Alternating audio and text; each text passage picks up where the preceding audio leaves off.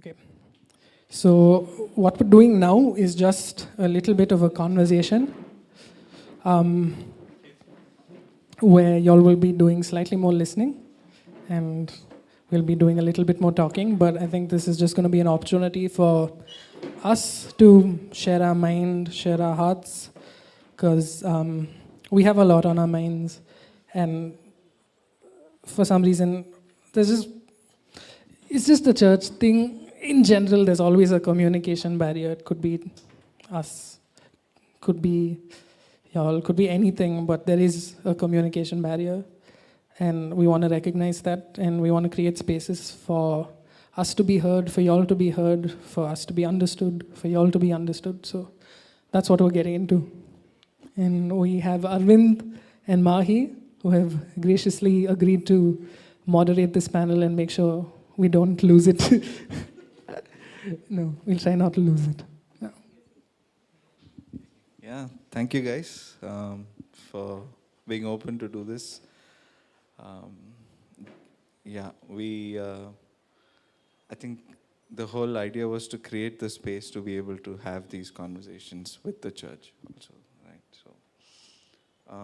So let me begin by asking, what does belonging look like in this community? Where have you felt like you belong?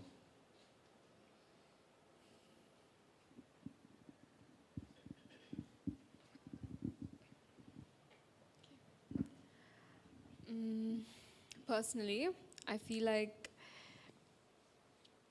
the feeling of belongingness, or just, the feeling of belongingness, feeling connected to this community is something that's so important for us to be able to connect, especially if this is like one of our modes to connect to God. And so one thing that I feel like is super important is just to feel, one really, really important thing that I would like to stress on is just to be listened to be heard, and not just as noise, as chaos, but as people who, and not as like a lot, you know, but just to be listened to and completely and understood and heard. And that's what, to me, that's what feeling the sense of belonging in this community, that's what it looks like to me. So, yeah.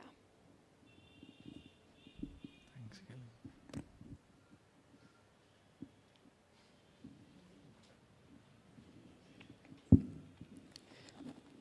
For me, it's been a little confusing because I'm youth, I'm staff, it's just somewhere in the middle. I feel super belonged most of the time, but sometimes I don't feel belonged, but that's not because of anything for me. It's just I'm confused myself with where I stand. And I think it takes a little bit more to remind myself that I'm youth when I'm in youth. I'm staff when I'm in staff. That's what I was doing. But then also realizing that I can continue to be youth on staff. And if generally there is room and space for us to just be who we are, wherever we are. But that's something I had to realize for myself and find out for myself. And there is a lot of freedom here to do that. But also, I think I didn't have too much of like a mental or emotional battle going on in my head, so it was easy for me to get there, but not everyone's in the same space. And I think for a lot of people, it's harder to realize those things and for them to understand that there are spaces in which they can continue to be themselves and bring what they bring to the table, but continue to serve, not as someone lesser, someone inferior, but someone who's equally important to how we do things as a church.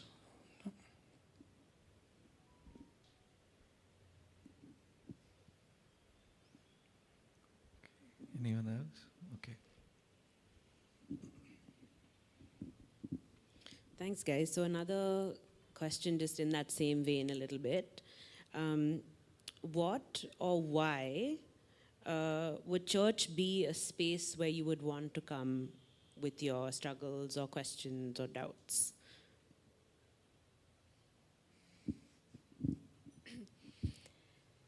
I think for me, that's the question I'm asking, particularly with where I am. I think a lot of times we kind of assume that all of us are on the same page in terms of faith, or like, yeah, we have this idea of what our foundations are, and everyone's got it, so we're just gonna move on and not, clarify. And for me, I have a lot of questions, a lot of anger, a lot of frustration, mixed with, I'm friends with the people who are here. And I think for me, it's actually been more about relationships than feeling like this is a space where the things I'm dealing with are addressed. I'm not compelled actually to come to church for any reason other than I know people here and I want to meet them. So I think what would draw me to a space like church would be if we spoke about things that are difficult to speak about but very real. And I don't think it hurts, even for those of us who are, whatever we want to call it, advanced or spiritually mature. I hate that language, but everyone can afford to revisit what they believe in. And I think that's important for me, because I feel like I can't move past this barrier that I don't even know why I'm here. I don't know what we do here, and I don't know why we do it, other than out of habit. Or it's very passive, and I'm not interested in that. So that's my 5 cents. Thanks, Kezia. For me, what or why the church would be a space where I want to bring my struggles are. Yeah. This coming, I can also relate to Kezia. Coming here to church is something I'm doing out of habit. But at the same time, life throws you around, up, down, left, right, center, everywhere. And it's been throwing me around for a long time. And at times, I just want to give up. But then I have a lot of people with me, and that's all because of that one habit of just pushing myself and just coming to church sometimes. And sometimes I'm just like, I don't want to come, but I just force myself to come because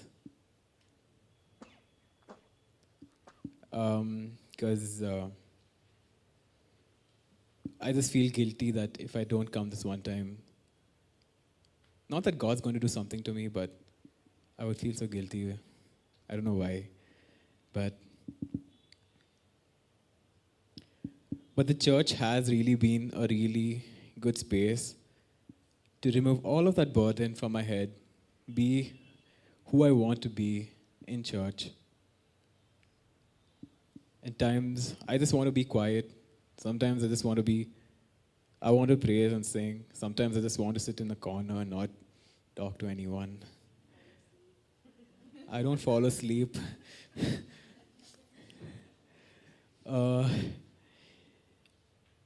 Yeah,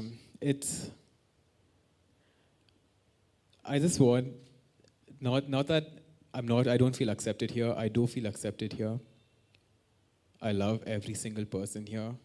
And I thank people over here who've accepted me. And it might sound like I'm going about with my words, but I do actually mean it because people around here have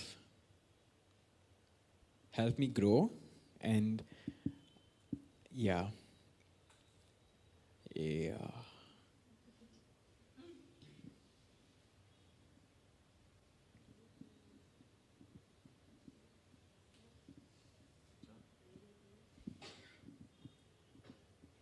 I think just adding to what Kezia said, just focusing on the part where sometimes it's just assumed, I think, that all of us are on the same page spiritually. Or either, or maybe not. Sometimes I just feel like when a sermon is preached or when the church is being spoken to, that the youth are not thought of in the way words are worded, in the way sermons are structured, in the way just we design a lot of things. I don't think there's as much intentionality as there could be when we design the kind of things we do for church. And I think I can speak on the behalf of all of us and say that it's very, very difficult for us to connect with some of the sermons that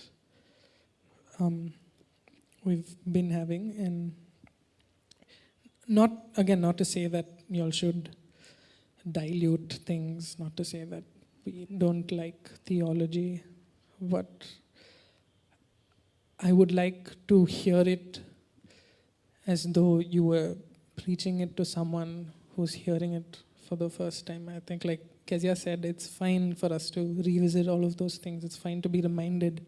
It's fine to learn from the ground up again. And I think just, it's very intimidating to be in a space where we feel like people who already know things are being spoken to. So that's just something I would like us to keep in mind. Thanks, guys. So, what do you feel as a young person in the church can bring to this community, either individually or collectively, as a group?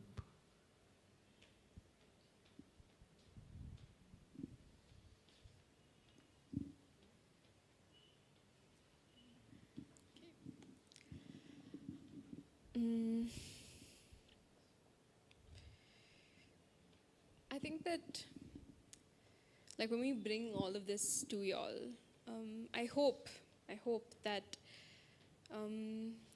that you're all able to connect with us and be reminded maybe of how it was in your youth. I'm sure so many of y'all might have dealt with some of these things. It doesn't necessarily have to be the exact same things, but something, part of it at least. So to be able to just understand and connect and relate and direct that in just hearing us and including us. And so that's what I feel like this is why we do this, is so that we can sort of remind y'all, and that would be nice. And another thing I feel when this question is asked is, I know a lot of y'all have like younger kiddos who will probably go through these things as well.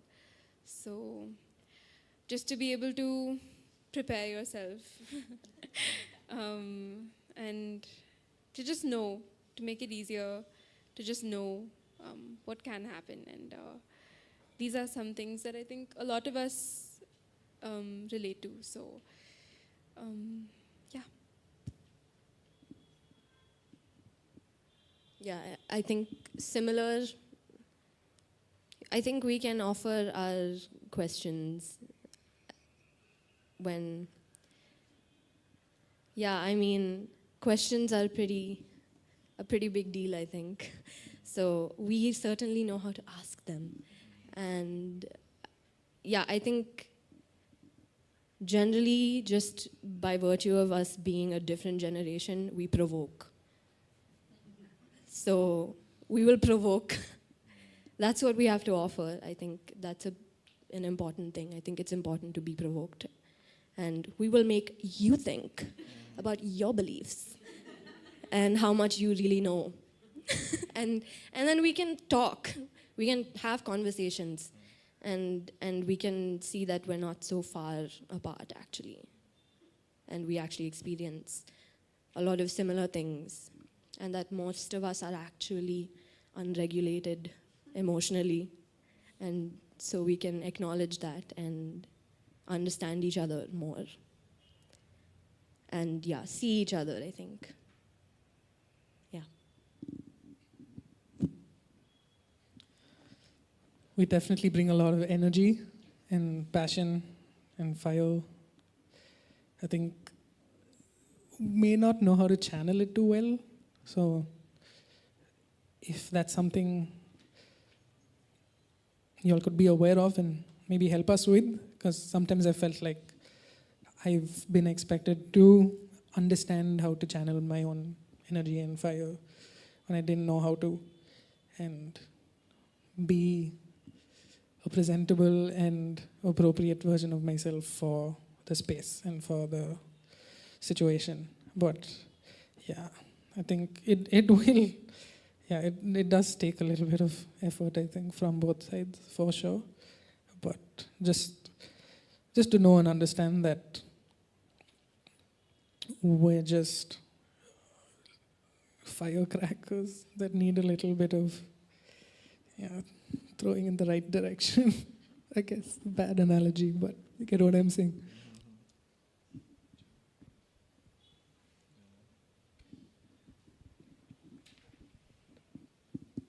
Thanks, guys, for sharing with the completely on-the-spot questions that there was no forethought for at all. But we also thought it would be nice if there are any questions from the church for the youth.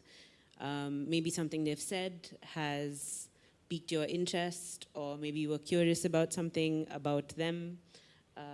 If you would like to take this time, we just want to open it out for some questions from the church. I know I'm putting y'all on the spot now, but I don't think y'all will disappoint, but no pressure. But yeah, so if y'all have any questions, just raise your hand and I'll come to you with the mic. And yeah.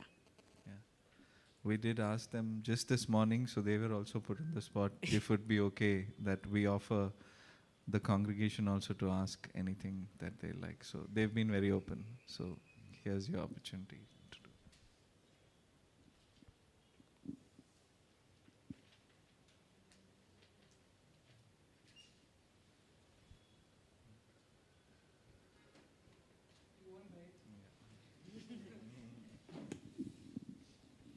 Speaking as an old person, I think there might be two of us here, two and a half, three. There are three of us here. There might be others who are interested to hear from an old person's perspective, though.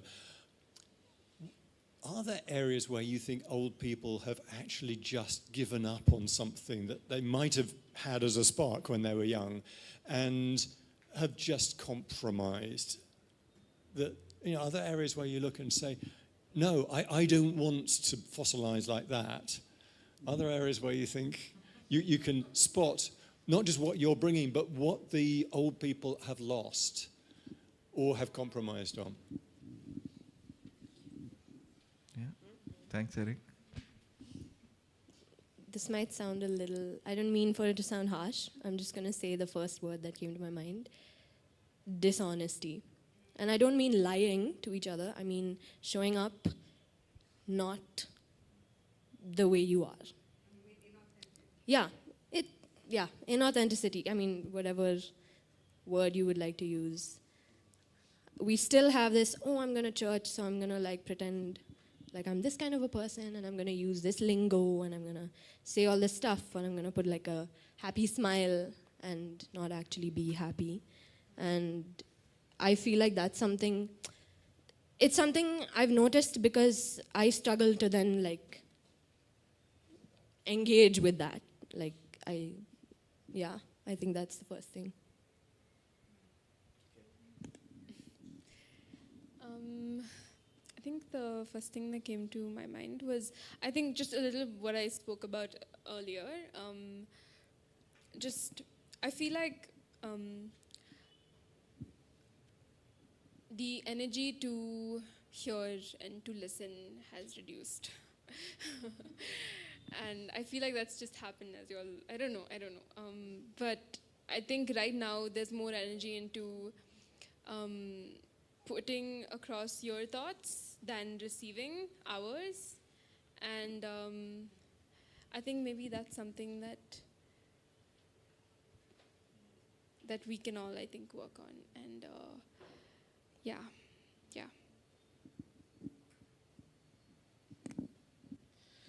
One thing that I always want to be, even after I become a fossil, is curious. And I think I don't ever want to lose that. Not to say that I don't want to have a foundation for the rest of my life. I think that even where I'm at now,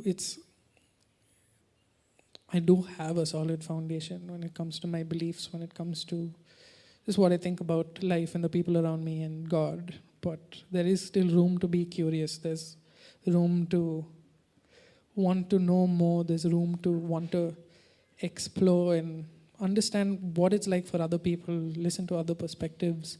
Not necessarily to change my own, but just to listen and to,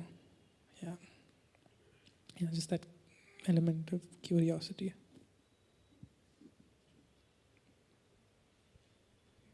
Anyone else? First of all, thank you so much for sharing. Not that didn't know, but to hear you all so honestly speak and bring it to us. It takes courage and vulnerability. Thank you for doing that. The one question I had, I don't remember who said it, but one of you said that I wish we would talk about real things. Can you give us some examples of what that means here?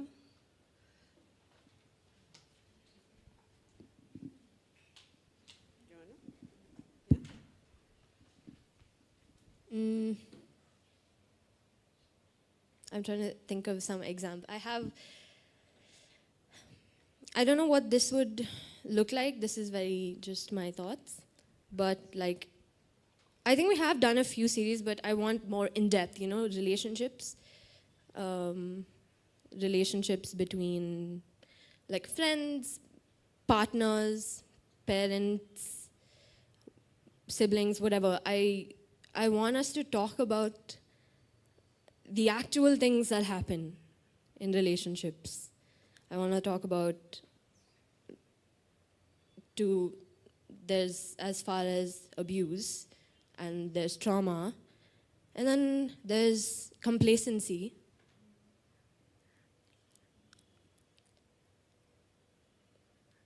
Yeah, things like that. Or there are issues, sex.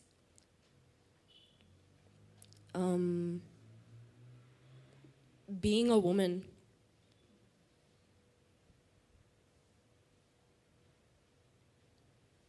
Yeah, along those lines. Difficult topics, but it's happening.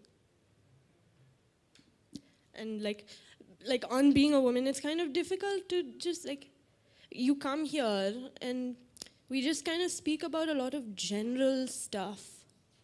And we don't want to hit the nail on the head because it's gross or it's uncomfortable. But that's what I personally need. I don't want to come and hear some general thing. I want the nail to be hit on the head. Whatever that looks like.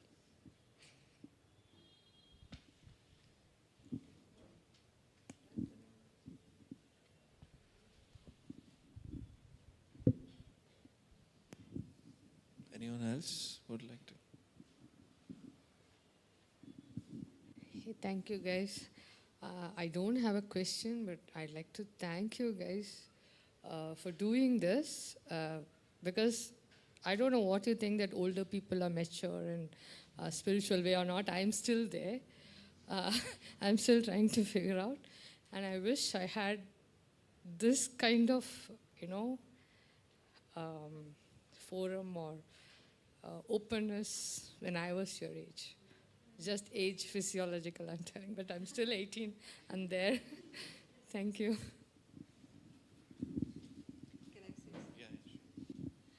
Oh, who wants?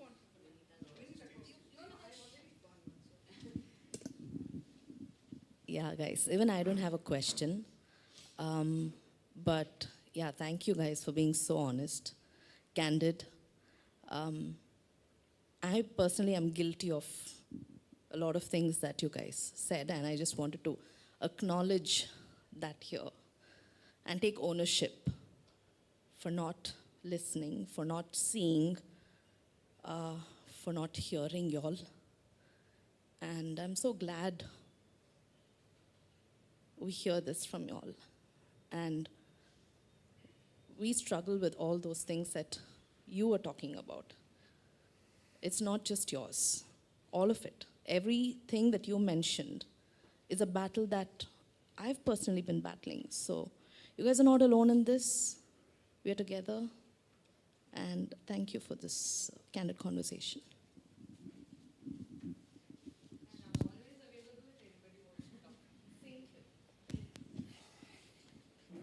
Hi, guys.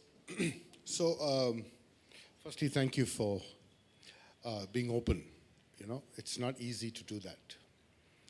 Before I thank you, though, I want to thank our church, because not many churches give you the opportunity to speak up. And I've been through church every Sunday morning, hypocrite or not. So I want us to consider, at the end of the day, we are here to collectively worship, to be led by not just the elders.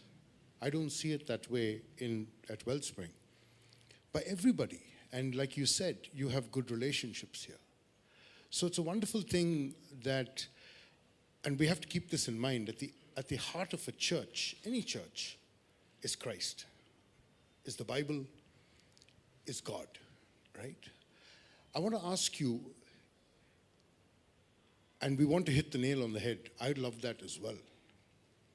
But I want to ask you this. How do you suggest we do that? How do we suggest, and we know that it's the narrow road, right? It's the narrow path. It's a very narrow path to follow Christ. And not all of us are called. But think about it. In that narrow path, let's be real. Let's hit the nail on the head, right?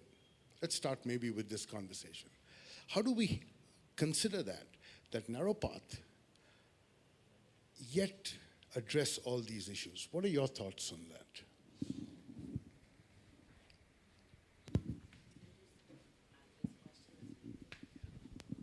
I'm also adding a question to what Steve said, and you guys can, I think it aligns, and it's from Auntie Reena.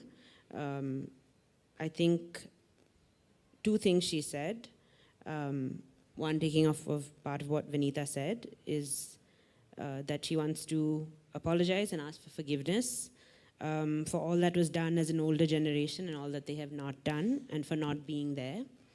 But also then to add on to Steve's question of how can we be there for you in real practical ways, and what are ways that we can maybe move forward to trying to hit the nail on the head and go down paths that feel a lot more uncomfortable.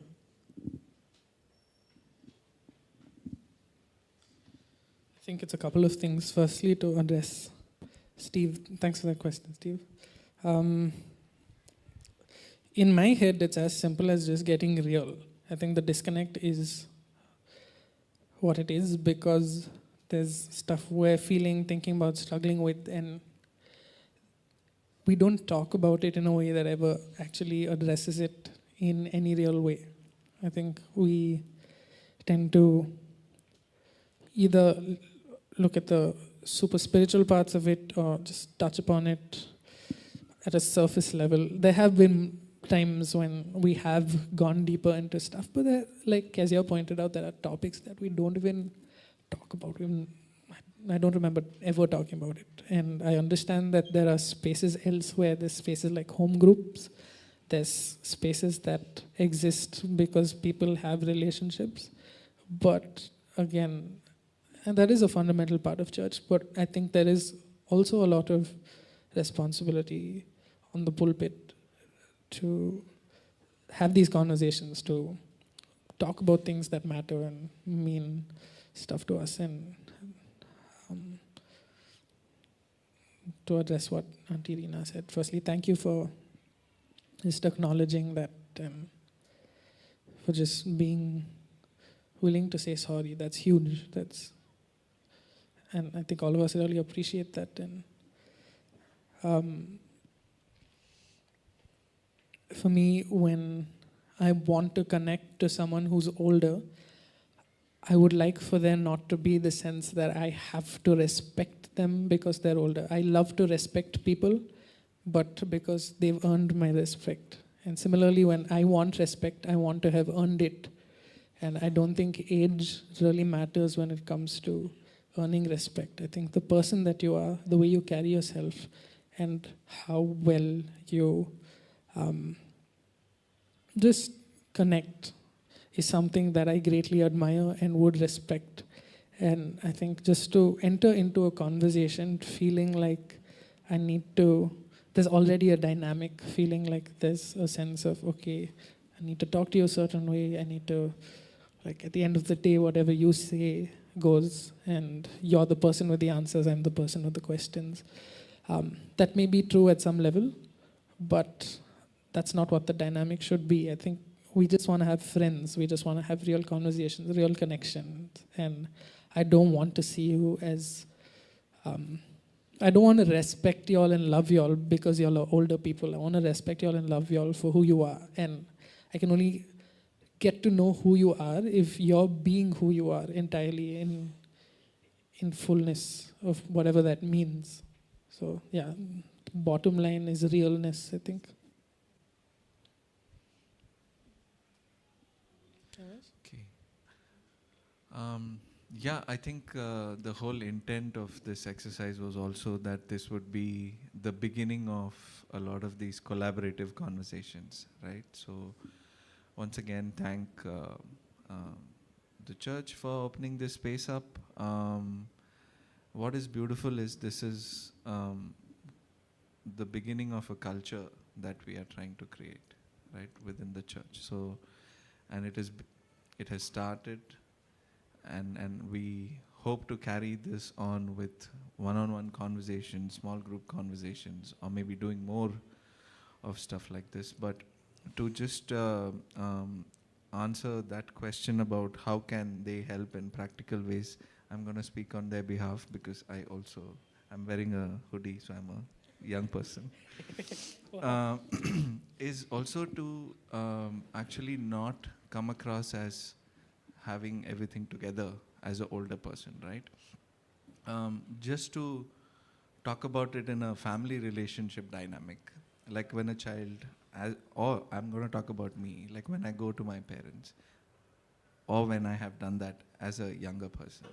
A lot of times it is given as an advice, okay, yeah, we have seen more life, we have more experience, so it's like, okay, you just do what we tell you to do. So it's like, okay, we have it together, so you're the one who has to come up to that kind of thing. So if there is a space and a culture that is facilitated where it's an open dialogue, right? Not just, okay, yeah, you just have to follow.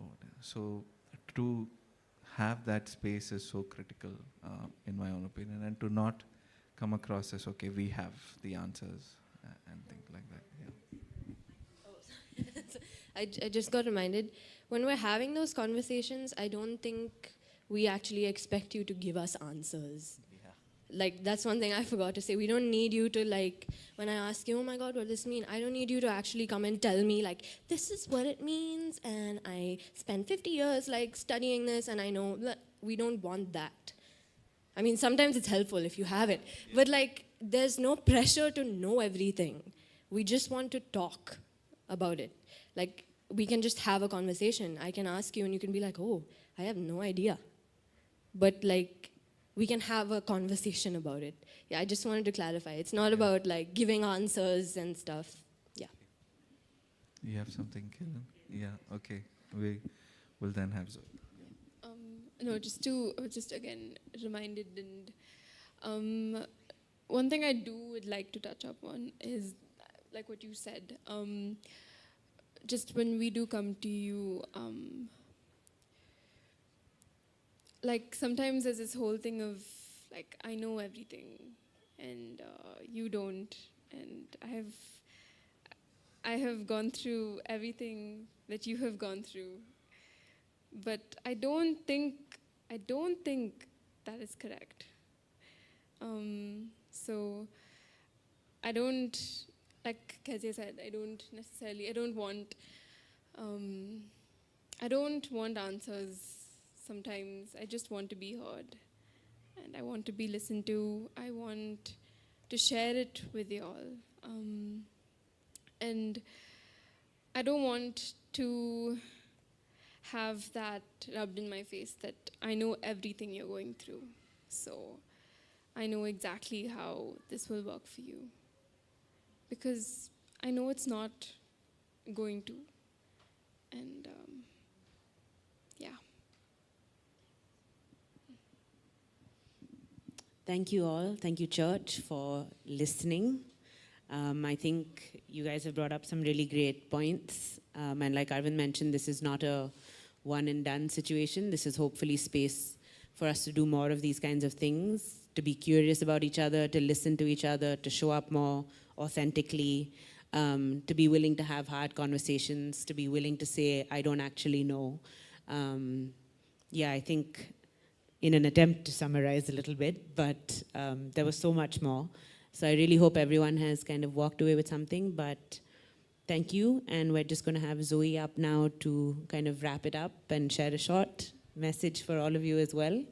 But thank you, and thank you to our wonderful panel.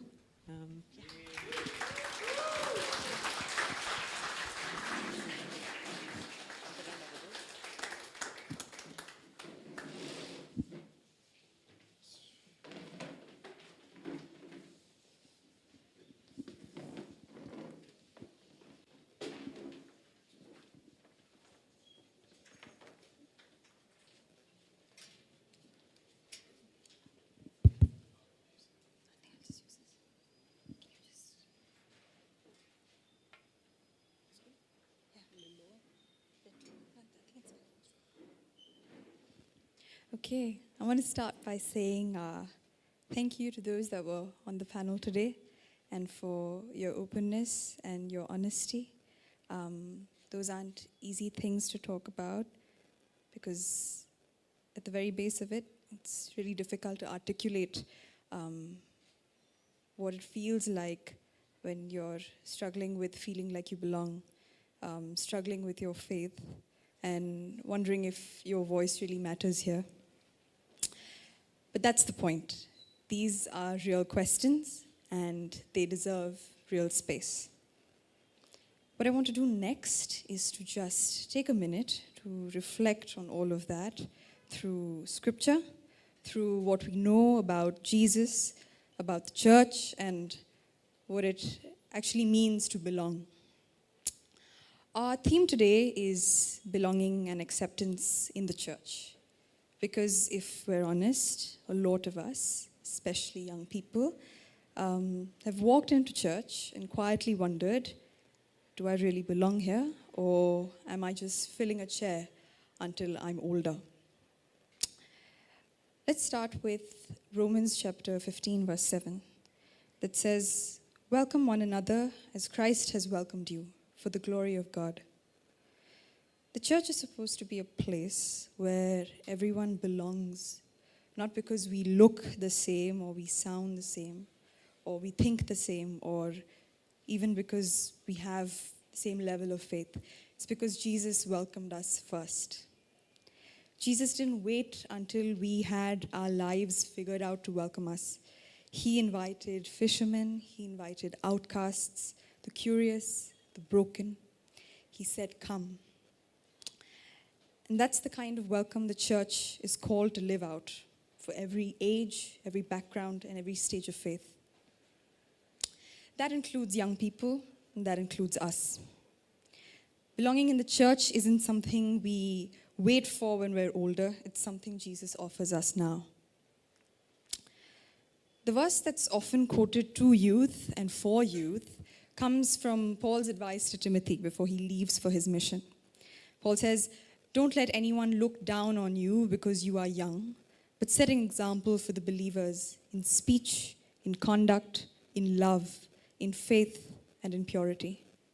Until I come, devote yourself to the public reading of Scripture. Through prophecy, do not neglect your gift, which was given you through prophecy, when the body of elders laid their hands on you. Be diligent in these matters. Give yourself wholly to them, so that everyone may see your progress." That isn't just a verse for youth camp or to make us feel included. Paul there is talking to someone really young and saying that you don't need to wait to matter, you already do. He doesn't say prove yourself by being perfect. He says set an example. Be someone who shows what faithfulness looks like at your age, with your voice, in your way. Some of us are musicians, some are quiet thinkers, some of us are organizers, some have a gift of making people feel seen. That's the ministry. And Paul says, don't neglect it, don't hold back until you think you're ready. In the same passage, Paul reminds Timothy of something really important. He says, do not neglect your gift, which was given to you through prophecy when the body of elders laid their hands on you. That moment, the laying of hands, was a public affirmation. They stood with him, they blessed him, and they said, we see the gift, we believe it, and we're going back to it. That's a sign that leadership in the church doesn't exist in a silo. It's intergenerational. It's not you go do your youth thing while we run the real show. It's a calling of we're in this with you and that your growth matters to us. And we'll walk with you as you lead. At the same time, it's also important for us youth to understand that we might not always find ourselves in agreement with our elders. But in the way that God designed community, we exist together as one body in Christ. And God doesn't need perfect vessels to carry out his will. That goes both ways. We as youth are imperfect just like them. There's another thing we've come to realize.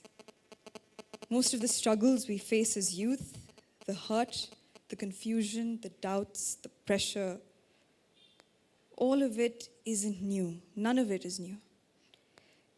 There are those that have gone before us and have been there. They've wrestled with a lot of the same stuff. And the difference is, and perhaps the only difference is, they've had more time to sit with it. Some of them have dealt with it. Some of them have had the privilege to deal with it, but a lot of them haven't. Which means, truthfully, many adults are just as broken as we are. And sometimes even more because they've had to carry that weight for longer.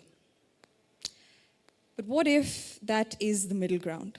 Not pretending that one generation has it all figured out and the other is just figuring it out, but admitting that we're all in need of healing, that we all have pain that needs God's mercy. The struggles we face have been faced before. The wounds we carry, someone older is probably carrying them for much longer. And in 2 Corinthians chapter 1, verses 3-4, Paul writes, "Praise be to the God of all comfort, who comforts us in our troubles, so that we can comfort those in any trouble with the comfort we ourselves have received." That's the point of healing. We receive comfort not just to feel better, but to pass it on. We work through our brokenness together, so the next person doesn't have to carry it alone. So whether you are youth or not youth or in between, the need is the same: healing, grace, community. Not one generation fixing the other, but both learning to lean on God and learning to listen to each other. Belonging is about being part of what's being built, not just receiving from the church, but to help shape it. And that's what belonging looks like. It looks like being trusted, being encouraged, being allowed to lead in small and quiet ways. And yes, sometimes that means adults walking with us, not controlling us, not sidelining us, just being present, mentoring, encouraging, listening. So to every young person here, this is your church too. Not someday, today. Don't let anyone look down on you, and don't look down on what God is doing in you either. And to everyone older than us, we hope that this challenges you to make room, to keep walking with us, to keep calling out our gifts, to keep inviting us in, not just to help, but to lead with you. Because when we walk together, side by side, and heart to heart, the church becomes what I think Jesus imagined it to be.